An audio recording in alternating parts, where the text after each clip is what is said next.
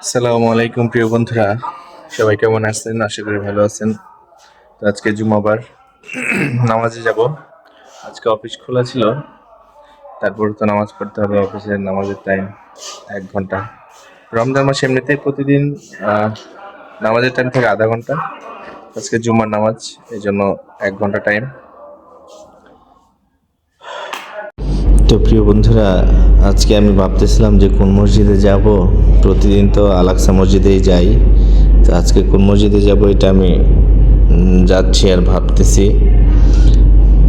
আমাদের এখানে অনেকগুলো মসজিদ আছে। এখানে হচ্ছে বোর্ডগড় একটা মসজিদ আছে, এটা অনেক বড়। আল-আকসা আছে যেটাতে সবসময় পড়ি, এটা হচ্ছে আল-আকসাটাও বড়। এটা হচ্ছে আপনার মসজিদ প্লাস মাদ্রাসা উভয় মিলে, মসজিদ মাদ্রাসা পুরোটা মিলে অনেক বড়, এটাও অনেক বড়। আর বোর্ডগড় যেটা আছে সেটা শুধুই মসজিদ, তবে বোর্ডগড়ের মসজিদটা অনেক বড়। এটা হচ্ছে সিটি কর্পোরেশনের সাথে, তো অনেক পরিষ্কার পরিচ্ছন্ন, অনেক বড়। দোতলা না যেন 3 তলা, ঠিক আছে। তো এখন ফ্যাক্টরি থেকে বের হয়ে যাচ্ছি। ইনি হচ্ছে আমাদের সিকিউরিটি ইনচার্জ। উনি খুবই ভালো একজন লোক, উনি খুব ভালো লোক। ওনাকে আমাদের ফ্যাক্টরি সবাই খুব পছন্দ করে, তো আমরাও করি। তো ওনাকে যাওয়ার সময় জিজ্ঞেস করতেছিলাম যে স্যার আপনি কেমন আছেন, এতদিন কোথায় ছিলেন, বাস এইটুকুই আমার জিজ্ঞাসা করা। এর বাইরে আমার কোনো কথা বলতে হয় নাই, এর বাইরে আমার আরেকটা কথা বলা লাগে নাই। এখানে 5 মিনিট 4 মিনিট উনি শুধু বলছে,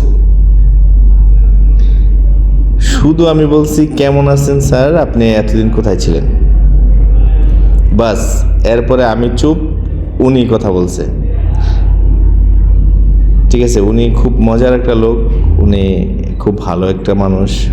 কিছুদিন আগে ওনার পড়ে গিয়ে পা ভেঙে গেছিল, তো ওনার পাটা সুস্থ হইতে অনেক লেট হয়েছে, অনেক দেরি হয়েছে। আমরা সবাই ওনার জন্য দোয়া করছি।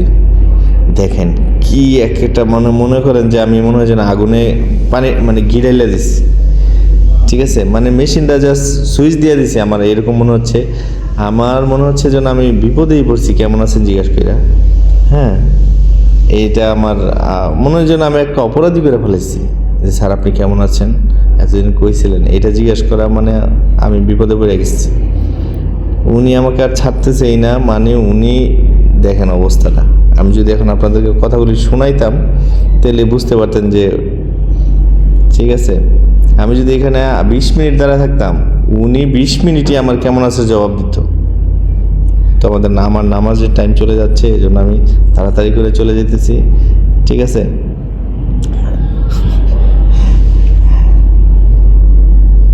দেখেন কি অমায়িকভাবে আমার দিকে তাকিয়ে আছে। উনি খুবই আসলে একটা ভদ্রলোক, ভালো লোক। উনি ছিল একসময় আর্মি চাকরি করতো, একটা ভালো পোস্টে, ঠিক আছে। অবশ্য আমি এটা একটা জিনিস খেয়াল করছি, বাংলাদেশে বর্তমানে এমনিতে যারা ওই প্রাইভেট ফ্যাক্টরিগুলোর সিকিউরিটি গার্ড বা সিকিউরিটি ইনচার্জ, সিকিউরিটি ম্যানেজার, এই টাইপের পদে যারা চাকরি করে, তারা কোনো না কোনো প্রশাসনের কর্মকর্তা ছিলেন। বিশেষ করে সেনাবাহিনীর বেশি ছিলেন। প্রত্যেকটা সেনাবাহিনীর লোক তারা রিটায়ার করার পরে তারা কোথাও না কোথাও কাজে লেগে যায়। তো এটা খুব ভালো লাগে। এর আগে আমি যে ফ্যাক্টরিতে চাকরি করছিলাম, উনি ছিল আর্মির সেই অনেক বড় একটা অফিসার ছিলেন। ওনার আর্মি চাকরির মেয়াদ শেষ হয়ে গেছে, উনি হচ্ছে এখন আমাদের এখানে চাকরি করতেছে, এরকম ব্যাপারটা। তো প্রিয় বন্ধুরা, আমি মসজিদের কাছাকাছি চলে এসেছি। তো আমি মনে মনে প্ল্যান করে ফেলছি আমি আল-আকসাতেই পড়ব। আল-আকসাতে যাওয়ার আরেকটা প্রধান উদ্দেশ্য হলো আল-আকসাতে জায়গা পাওয়া যায়। এটার একটা কারণ হচ্ছে আল-আকসা যে মসজিদের সাথে হচ্ছে মাদ্রাসা। তো মসজিদের ভিতরে যারা আগে যায় তারা তো জায়গা পায়, যারা মসজিদের জায়গা পায় না তারা মাদ্রাসার ভিতরে ঢুকে যায়। মাদ্রাসা তো অনেক বড়, ওইখানে আপনি যদি 1:30-এও যান, নামাজের 2 মিনিট আগেও যান, তাও আপনি জায়গা পাবেন। আর অন্যান্য মসজিদগুলোতে তো শুধু মসজিদ, হ্যাঁ, শুধু মসজিদ থাকার কারণে আপনি জায়গা পাবেন না, ঠিক আছে। এটা হচ্ছে আল আকসা মসজিদে যাওয়ার একটা প্রধান একটা কারণ। কি সুন্দর সবজিগুলো দেখেন প্রিয় বন্ধুরা। তো এখন নামাজের টাইম, রাস্তা দিয়ে অনেক সবজি, শাক সবজি, ফলমূল বিক্রি করতেছে মানুষ। আমি আসলে অনেক সময় অবাক হয়ে যাই যে, আচ্ছা প্রিয় বন্ধুরা, এই আম গাছটার কথা বলি। এটা হচ্ছে একটা আম গাছ।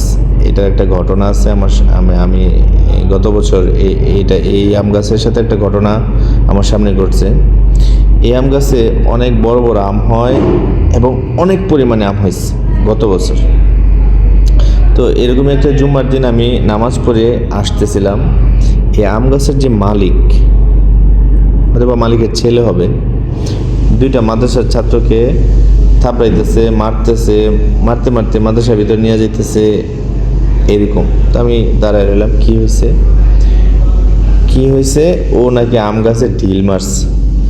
আম কিন্তু পারেও নাই, জাস্ট আম গাছে ঢিল মারছে। দেখেন, একটা বাচ্চা মানুষ আম গাছে ঢিল মারতেই পারে। বাচ্চার সময় তো এরকম আমরাও করছি।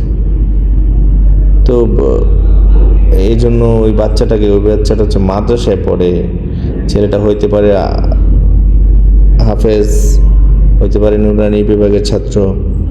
তো ওই ছেলেগুলোর সাথে এরকম করা ওই লোকটা ঠিক হয় নাই, ঠিক আছে। তো ওই আম গাছটা দেখে আমার এই কথাটা মনে পড়লো। তো আমি আস্তে আস্তে মাদ্রাসায়, এটা হচ্ছে মাদ্রাসা, এই মাদ্রাসাটা নতুন করছে, আর পুরনো মাদ্রাসাটা আরও সামনে, মানে এটা অনেক বড় মাদ্রাসা, হ্যাঁ, আমাদের এলাকার জন্য, এই কোনাবাড়ি আমবাগ এলাকার জন্য। এটা হচ্ছে নতুন করছে। আর এই যে সামনে একটা আছে, এটার ভিতরে হচ্ছে কিতাব বিভাগ। এই যে লাল পাঞ্জাবি পরা, মানে আমি যেটার মধ্যে ঢুকবো, এটা হচ্ছে নুরানি বিভাগ বা হিফজ বিভাগ।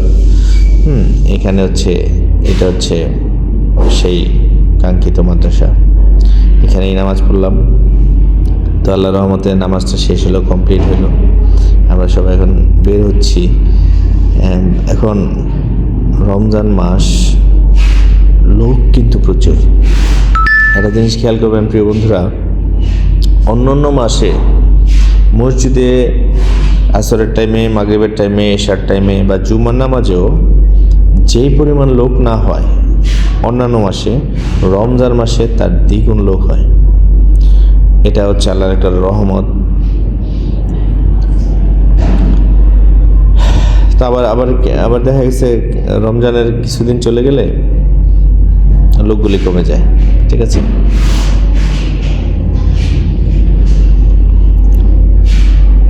নামাজ আমাদের শেষ, জুমার নামাজ শেষ করলাম। এখন মোনাজাতের টাইম। আমি যেদিক দিয়ে আসছিলাম সেদিক দিয়ে যাচ্ছি না। আমি ভাবতেছি মসজিদের সামনে দিয়ে যাব, আপনাদেরকে মসজিদটা অন্তত দেখাবো। আল আকসা জামে মসজিদ।